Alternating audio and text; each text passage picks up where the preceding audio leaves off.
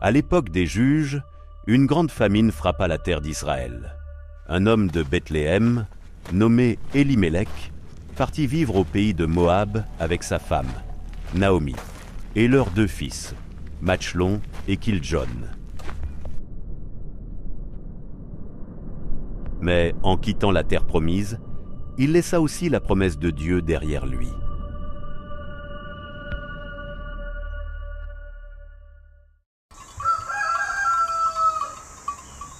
Ils vécurent à Moab environ 10 ans.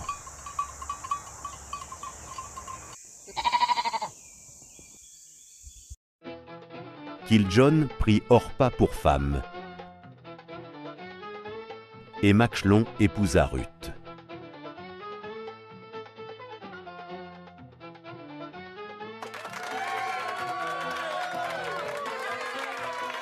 Mais le malheur frappa leur maison. Élimélec mourut, puis Machlon, puis Kiljon. Naomi resta seule, sans mari, sans fils, sans avenir.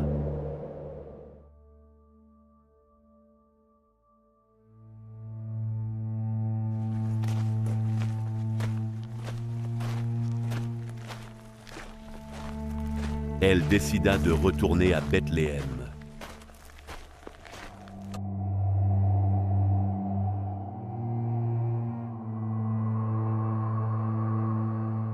Retournez chez vous, mes filles. Que l'Éternel vous fasse miséricorde, comme vous l'avez fait envers les morts et envers moi.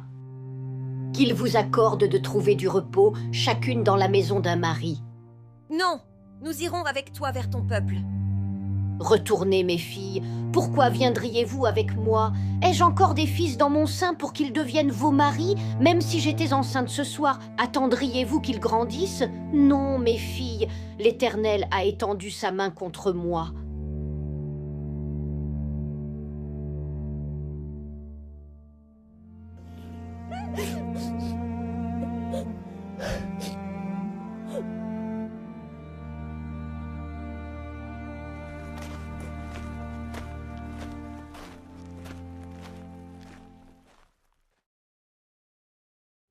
Mais Ruth s'attacha à elle.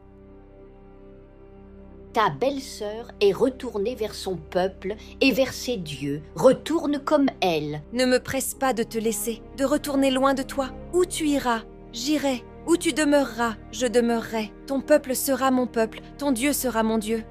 Où tu mourras, je mourrai, et j'y serai enterré. Que l'Éternel me traite avec rigueur si rien d'autre que la mort ne me sépare de toi.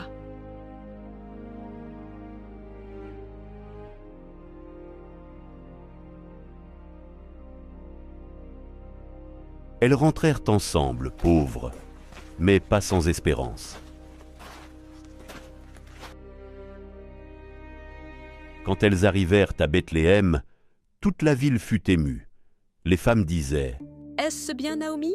Ne m'appelez plus Naomi, appelez-moi Mara, car le Tout-Puissant m'a rempli d'amertume. J'étais dans l'abondance et l'Éternel me ramène les mains vides. Pourquoi m'appelleriez-vous encore Naomi, alors que l'Éternel s'est prononcé contre moi et que le Tout-Puissant m'a affligée?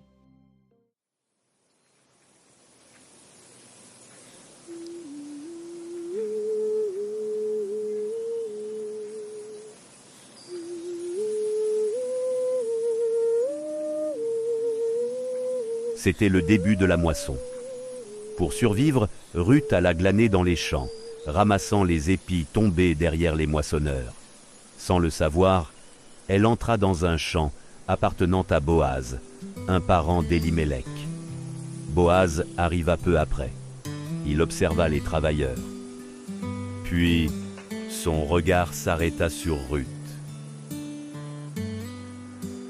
À qui est cette jeune femme? C'est Ruth, la Moabite revenue avec Naomi. Elle travaille depuis le matin sans s'arrêter.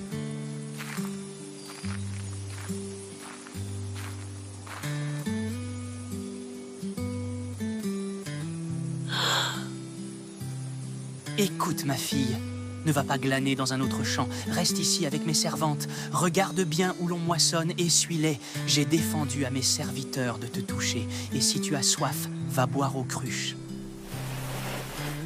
Pourquoi me fais-tu grâce à moi qui suis une étrangère? On m'a rapporté tout ce que tu as fait pour ta belle-mère depuis la mort de ton mari. Que l'Éternel te rende ce que tu as fait et qu'il te donne une pleine récompense, toi qui es venu te réfugier sous ses ailes. À l'heure du repas, Boaz lui dit « Approche, mange du pain et trempe ton morceau dans le vinaigre. » Elle s'assit avec les moissonneurs. Il lui donna du grain rôti. Elle mangea, fut rassasiée et garda même ce qui restait. Quand elle se leva pour glaner, Boaz donna cet ordre. Laissez-la aussi glaner entre les gerbes, et même laissez tomber pour elle quelques épis. Ne la maltraitez pas. Ce soir-là, Ruth rentra les bras chargés. Mais qu'est-ce que c'est que tout ce grain? C'est dans le champ d'un homme appelé Boaz. Boaz? Cet homme est notre proche parent. Il a sur nous droit de rachat. Que Boaz soit béni par l'Éternel. Il ne cesse d'avoir sa bonté pour les vivants comme pour les morts. Soir après soir, Ruth revenait avec plus de blé. Et dans son regard, une lumière nouvelle. Ma fille, je veux assurer ton avenir. Ce Boaz, n'est-il pas de notre parenté? Il va battre l'orge cette nuit. Lave-toi, parfume-toi et mets ton plus beau manteau. Ensuite, rends-toi à l'endroit où il bat son orge, mais ne te montre pas avant qu'il ait fini de manger et de boire.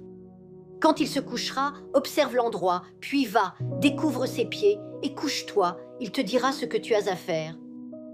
Au milieu de la nuit, Boaz eut un frisson. Il se pencha et vit une femme couchée à ses pieds.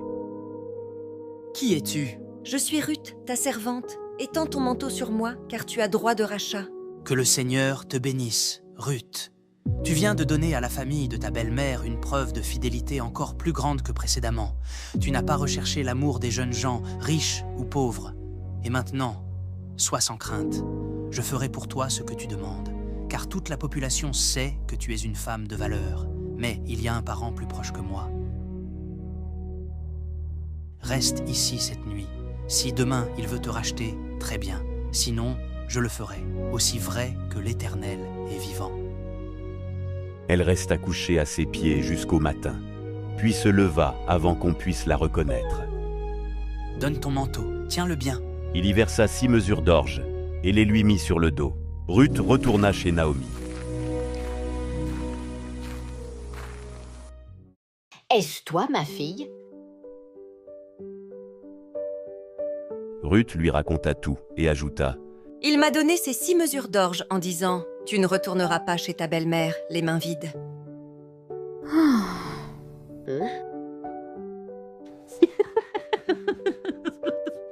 Oh. Attends, ma fille, jusqu'à ce que tu saches comment l'affaire tournera. Boaz ne sera satisfait que s'il la règle aujourd'hui. Boaz monta à la porte et s'assit. Il appela le parent plus proche. Naomi, revenue du pays de Moab, met en vente la part de terrain qui appartenait à notre frère Élimélec. Je me suis dit que je devais t'en informer. Achète-la devant les habitants et les anciens. S'il y a rachat, fais-le. Sinon, dis-le-moi. Tu es le premier. Je viens après toi. Je rachèterai. Alors tu devras aussi prendre en charge Naomi, la veuve d'Élimélec, épouser Ruth, la Moabite, veuve de Machlon, et donner une descendance au nom du défunt. Et l'héritage ne te reviendra pas, mais à sa maison.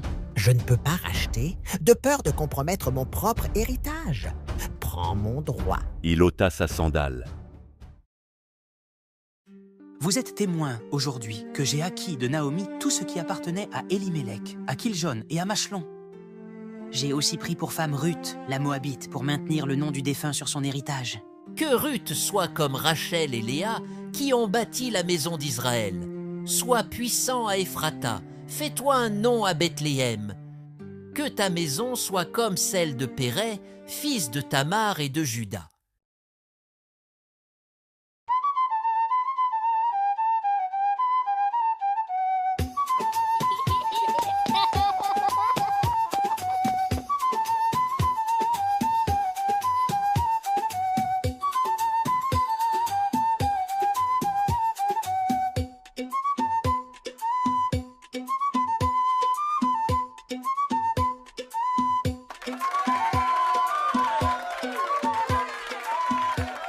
Boaz épousa Ruth, et l'Éternel lui accorda de concevoir.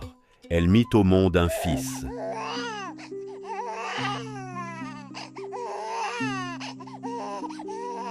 Béni soit l'Éternel qui ne t'a pas laissé sans un Rédempteur. Que cet enfant restaure ton âme et soutienne ta vieillesse. Ta belle-fille qui t'aime vaut mieux que 7 fils. C'est un garçon! Naomi a un fils! Quel est son nom? Nous n'avons pas encore décidé. Appelle-le Obed. Il a été donné pour restaurer ton âme. Obed?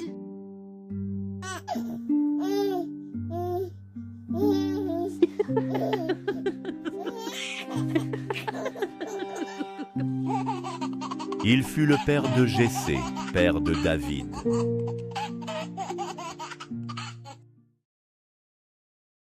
Ruth, une veuve, une étrangère, une glaneuse, mais aux yeux de Dieu, une femme précieuse, car il ne regarde pas l'apparence, il regarde le cœur, et il honore la fidélité.